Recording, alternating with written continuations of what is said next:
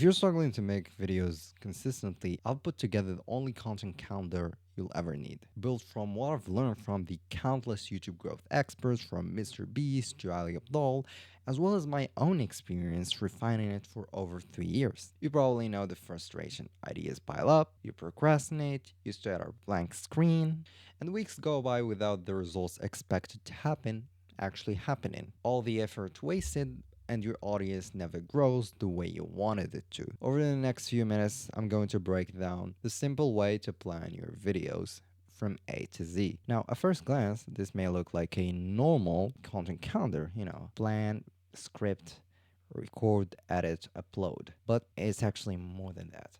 Let's say we want to make a video about potato, whatever, depending on what you make content about. And this is the only template you'll ever need. I've been refining it for over 3 years right now. And surprisingly, before getting to it, I'd like to introduce you to the ideation system. Generally, this is like a template where even like before actually getting the idea into the content calendar system and just like having your own ideas, whether like they're ideas based on data, whether actually like it's just like those aha moment ideas. That is something I use with people I work with, and it works fine with ways to validate the ideas. So, for example, you just have ideas over here. This is aligned with the topics of the topics you'd like to cover in your channel, depending on your strategy, what you want to be known for and what's the direction for the channel. But it's generally like when working with people, I know like the direction we want to go with based on the strategy we laid down to actually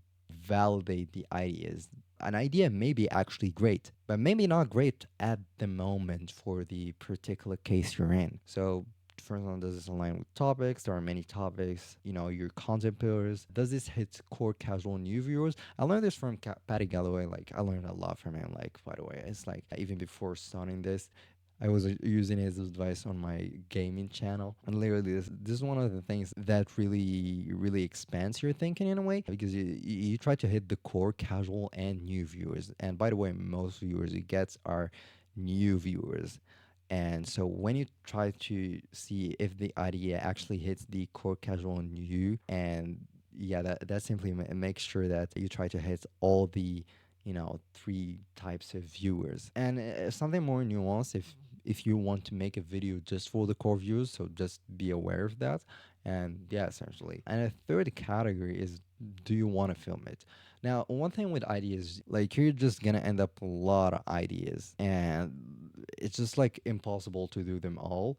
So at the end of the day, it becomes like a game of decision making. We try like the standard stuff. Does this align with the strategy, topics, the direction of the channel? Does it hit the core, casual, and new viewers? And then like, do you want to film it? And most cases, like I'd recommend like you film the video you're most excited about at the moment, because we humans tend to get bored of stuff quickly. So just whatever great idea you have in mind that actually hits these criteria, just go with it. And we come over here, the ultimate template. It's really great to put the deadlines and be clear about when the video potentially should be ready. For example, script or slides, or maybe you film in a Google Doc, or depending on how you film your videos, essentially, just give yourself a deadline, a recording deadline, ready date. What I mean by ready date is like not necessarily published, but like the video is ready, it's edited and all of that. So yeah, levels of awareness. This one is interesting because like you don't have to fill all these criterias, obviously, but this is really interesting because like this stuff is included in marketing, but Eugene Schwartz levels of awareness. Some people are unaware, some people are problem aware, and some people are solution aware. So don't really obsess over it, but just like it's something really good to keep in the back of your head. For the topics, you could like just organize your topics depending on the type of content you make, the type of the video. Is it a course, breakdown, VSL, and just like to stay organized in generally. And yeah, just like to get the content in time. Now this is really interesting, and it's really great because it's like setting the goal from what do you want this video to achieve. And it's really interesting because like being upfront about the goal of the video would really help with the expectations. What I mean by that is when you publish a video and it is an experimentation, and you literally type it here. This is an experiment. You don't know if it's gonna work, but if it gets, for example, 1,000 views, you're gonna be happy with it. Then like write it down. And so like going into that, you know that this is an experimentation. It may or may not work. And for example, you may try to make a video to reach like maybe the unaware audience, the audience that is not even aware of their problem. Now we come to TNTs, and don't worry, this isn't gonna explode in your face. It's literally just like, thumbnails and titles. This is what I mean by TNTs. And what's interesting is like with TNTs, it's like I divided even the thumbnail aspect of it into different sections. What elements can we put to convey the idea? It's kind of like first principles thinking. And if you're not familiar with first principles thinking, it's kind of like breaking something to its core elements so that you try to construct it from the ground up. And so like thumbnail, what elements could you convey? Your face, are you kind of famous? A logo, if you're talking about like, for example, a company, what words to include, and now sketch it or brainstorm it. Preferably like when in the pre-production phase, it's really like great to make thumbnails before you even make the video. It's classic stuff that you learn from Mr. Beast. And yeah, it's like this stuff really works. You test it on thumbsup.tv. Another thing actually is Whitey Votes. It allows you to A/B test thumbnails, and I believe this will really help the industry as there is no software publicly available that lets us do that. I recommend you try it. Now here's the thing. With the titles, you're just gonna have a lot of titles, and a lot of them are gonna be like iterations of previous titles, and which is not bad, by the way. Definitely great to train yourself on titles. I'm gonna show you an example of this in a bit, and we're going into the outline, styling example of the video. Not necessarily included, but you may include it as well. Main points you could talk about. This is interesting because when it comes to outlines, I just like have like outlines organized and like just brain dumping and organizing. But this stuff I learned it from Dan Coe, and it's a really interesting framework. It uses generally to script videos. I don't actually use it, but it's really great to organize the outline. So what's the problem, the goal, the benefit, and process actionable steps. You could use it for scripting your videos as well. And there's no big deal. And as well, you can start moving once you organize your stuff, you start moving it. Now here's an example of from this video. Even you can see the thumbnail options that I made over here. But this is the thumbnail inspiration over here. Is making thumbnail concepts and tweaking them out. This is before. This is like beta version. And essentially, yeah, this idea I thought about. I think it's really interesting because it's very beneficial. Yet at the same time, it's kind of proven, but in the productivity space. And this video is also kind of about productivity. Apart from general productivity, it's more about like making videos to grow your YouTube brand. I haven't seen anyone like really adapt the format this way. And as you can see, the titles for the video, and yeah, that's pretty much it. Now when it comes to researching the video, you can organize this depending on problem, goal, benefit, process as in the outline. But generally, like follow the checklist, creating a folder so that obviously you're gonna have to film the video later and put it there. Yeah, like it's just a great way to organize your stuff. And create playlists. This is if you're on YouTube, just creating a playlist to essentially like document the videos you're using for research, and main points you're gonna talk about, just outlining them. You've done it in the outline phase, and yeah, just like taking notes, maybe reading some research papers, and so on, so on. For scripting, I really recommend having a clear goal for each scripting session. So rough scripting, modify, rewriting, continue, b-roll, and evidence. This is more like filmmaking, screenwriting to say. If you're into, the visual stuff of videos, acting to check the flow, and yeah, like really just having a clear goal for each writing session will help a lot with the focus so that you're rough writing it. It's not going to be perfect. That you're going to essentially pretty much dump your knowledge in as much linear way as possible so that like when your brain starts going, oh, this needs to be perfect, remind yourself, well, this is a rough writing session. I'm not improving. I have to lay down the foundation first. Now, before scripting, it's really good to think about what objections. It's really good to think about what objections your audience might have when they see the title. What transformation will they have in the end? What's at stake? What are the benefits of the dream outcome? And it's just like a good exercise to go over to really put yourself in the shoes of your audience so that why would they watch this video? For example, why would you watch this video? Well, I've watched like MKBHD and Ali Abdul's Skillshare videos, and I watched a lot of podcasts about YouTube growth and a lot of videos. I've been making videos myself since the age of 10 and been refining this content calendar system for over 3 years now. And I'm also using it to help other people.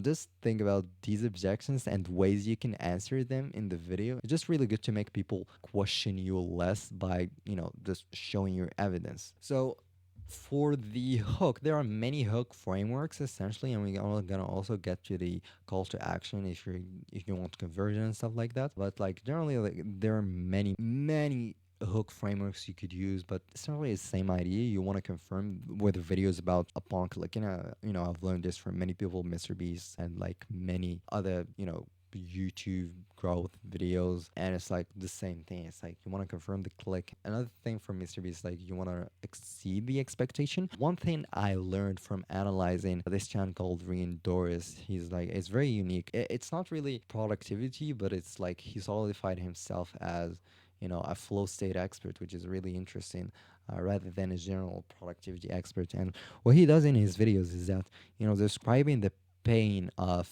his audience, and it's really interesting because like, yeah, if you describe the pain of your audience better than they can do it themselves, then yeah, here's the solution in this video. It's either the pain or the bad stuff. This will help you avoid it. And I remember learning this particular thing from Alex Hermosi. Funny enough, I don't really remember if it was like actually related to business, or I think it was related to offers. It's also kind of inspired from, in a way, I learned it like obviously from Mr. Beast and other people. And it's like, in a way, I also learned it from Alex Hermosi, like the business mindset. Like for his hooks, he has the proof promise plan, and you kind of could see elements of it over here. For the plan, it's like, yeah, you gotta let them know what this video about. It's like, and this actually works because you reduce the uncertainty. A lot of people click on videos not sure whether they should even watch it, and so you do that by confirming what the videos will be about, describing their pain, and even like plan what the video is gonna be about. It's just like more like a promise. For more planning, it's really great to have a visual roadmap. Now, I actually learned this also from Alex Hermosi and Russell Brunson. He's like founder of ClickFunnels, and this stuff is really used in marketing. So having a visual roadmap, like, it doesn't have to really to be fancy. Maybe just a PowerPoint, just showing some icons, and it's like what the journey will be like. And it's very interesting because like this stuff has been used in like marketing for a long while, and it also works on YouTube, and it's crazy. And even YouTubers use it, Mr. Beast, and even like educational creators use it. And it's just really great. This is the authority slash effort part, and bear with me here because like this is very important, and I'm gonna talk about how nuanced it is in a bit. But essentially, you want in the video to include your authority or effort to make people question you less. If you say you're a doctor, we know that you studied like 10 years and like you practiced for a while. And yeah, that's how you became a doctor, the countless sleepless nights. And yeah, that's, we don't question you anymore. Although you may be a bad doctor, who knows? We humans judge the book by its cover. If you didn't judge the video by its thumbnails and titles, you wouldn't have clicked in the first place. So yeah, instead of like being mad about that, let's just, okay, well, we know humans judge the book by its cover, and let's use that to our advantage. If you have any type of authority, use it. And about the effort part, you can actually include it in the beginning of the video, but essentially, like, to not bombard you with too many stuff, this formula works exactly as it is. And the effort part is more about if you don't have that much priority, or if you want to include, just showing effort. This also I learned it from marketing. Showing effort about something, makes people care more and value it more. If I said, for example, this video took me 5 minutes to make, you wouldn't value it as much as saying, oh, it took me a full week to make. For the body. Now, look, when it comes to scripting the videos, there are like many formulas and tricks and techniques and stuff like that. One of them is, for example, by Alex, list step stories. And it's as simple as that. And there are others, like for example, this one, open loop, starting with an open loop. It's more like a cliffhanger before like even before starting. So you're setting like a loop. For example, so step one, we're gonna check how this camera lens is. And so you open that loop, It's like, and you simply go with the why, what, and how. This is also like classic copywriting stuff, and it's like you don't have to overcomplicate it. Like, well, what, why, what, and how, and then like what's the payoff. And like, to be honest, when it comes to making YouTube videos, you don't have to really follow it to a T. For example, like the payoff could literally be the how in some cases, and yeah, it depends also on the type of the video. So you could keep going like that, why, what, and how. And generally this the why, what, and how is a good framework. There's this other one, to be honest, I haven't really used it like at all. It's actually by a template made by Eman Gaji or his team. So like it's like more like hook, start with an intrigue, which is good. Question hook. This is like another variation of making hooks. Contrast hook, relevation hook, and obstacle. This is interesting because it kind of refers back to the idea of describing pain, and you could actually describe the pain of your audience even in the body of the video. So that works as well. Even in the why frame, why, what, and how. It's like why. The why could literally be their problem. And yeah, as you can see over here, our origin story, knowledge, and yeah, like there are different ways. If you'd ask me for my own personal like way to scripting videos, I don't use a scripting framework. I because I'm now more used to it than before. It's like when I started first scripting videos, obviously they were really short, and like they were, the video is literally 2 minutes with everything. And it's like now I learned to expand on ideas and include important stuff, the stories, examples, why, and like describing the audience's problems, and then leverage it to my advantage later. And all of that just how I do it personally. But like starting with a good base foundation for your videos is really good, and I would recommend it, other than if you have experience, for example, writing stuff already. For the CDA formula, call to action, now this is interesting because I learned it from the Dire of a CEO host, Stephen Bartlett, and this is actually a screenshot from his book. If you notice watching his podcast, he always has, after the 1 minute and 30 seconds of intro, a poll where he actually thanks the viewers and ask them later for subscribing to the show. And then he has a promise. He has like many variations of it. He's actually done many variations of it. And this is like the first one, and it's literally broken down by him in his book. If you've ever enjoyed our videos, please could you do me a favor? And this is a call to reciprocity. And I'm gonna get to a point, but let's just continue with this. Then, as him describing it as a psychological phenomenon that shows people will do something for you if they feel you've done something for them. And then it's more like about a promise. It helps the channel and promising a future.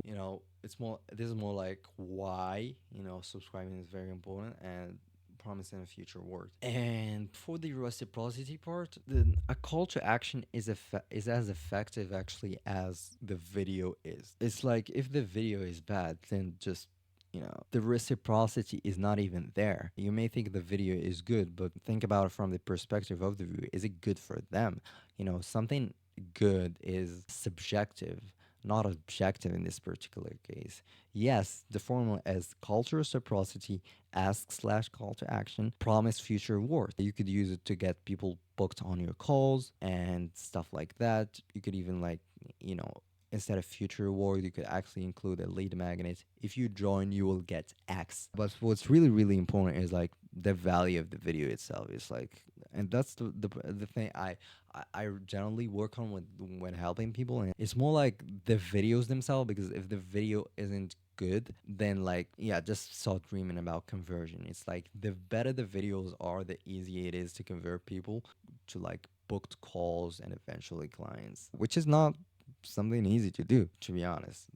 But yeah, this is the game. For the outro, you don't really have to overcomplicate it. For the outro, one of the best thing is to have like a good watch time session on your channel. What I mean by that is like people watching multiple videos of yours. So you end the video with a relevant problem that perhaps you may have discussed in the video, and use it as a way to transition them into another video, which works really well. Let's say you recorded the video or you want to record it. Text review. So if you're reviewing text, what you've written so far. You don't have to overcomplicate it literally. This is like you don't have to check every point of this checklist, but it's just really good to do it. Acting to check the flow. This is by far the best thing you could do is acting the script after you've done it to check how it flows, because writing isn't like actually talking, and there's no problem when filming the video tweaking some stuff. Rewriting, shrinking sections, some you may even move, and rewriting to fit new sections. And especially like if you have to delete something, just delete it. That's like, be as valuable as possible. And having a section that's not valuable will actually degrade the value per second of the videos. Or something else I learned from Alex Hormozy. It's like it's more about the value per second. You find the hook forever. It's like, one of the best things is like to focus on the hook, because like if that doesn't work, nothing else works. I'm over exaggerating here, but it really is. Explain to simplify. I know you may be nerdy about some stuff, and there's no problem with that, but just be aware, other people are not. And that might be your audience. If you're targeting nerdy people, it's okay. In most cases, you're not really targeting nerdy people. And even if you do, it's way better to simplify and explain better. Using examples, foreshadowing. This is more like screenwriting stuff, and it's more like storytelling. Plan the visuals and animations if you're more into that. In Notion, you can actually click Control or Command Shift M, and yeah, you could just add comments over here as a way to, add a clip of me walking with my dog if that's relevant. So yeah, and yeah, this is like the ultimate content calendar template. You edit the video, there's nothing fancy there, and yeah, you publish. Private community. Now, if you're an industry expert, an entrepreneur, coach, you could actually get this content calendar template in my private school community. First link in the description, as well as being in environments with other entrepreneurs who are trying to build their own YouTube brand. So yeah, it's just a good environment to be in with other people sharing like the same goals as you. All this content calendar, as you can see, it's on Notion. You can get Notion for free and just like duplicate the template, and essentially, as well, surprisingly, this is the best thing people actually are surprised about, and it's a thumbnail system on Canva with different thumbnail styles, and they're loading a bit, so yeah, like different thumbnail styles. Now this is embarrassing because I'm supposed to actually show you how this looks like, and it's taken some time to load. So yeah, different thumbnail styles as I was talking, and yeah, like these are proven formats to work. You don't have to overcomplicate it. This itself is worth a lot because it saves you a lot of time and the technical skills to actually make the thumbnails. And if that wasn't enough, what's really most important is getting a free consultation call with me to solve your exact problems. If this is something really interesting to you, first link in the description. See you there.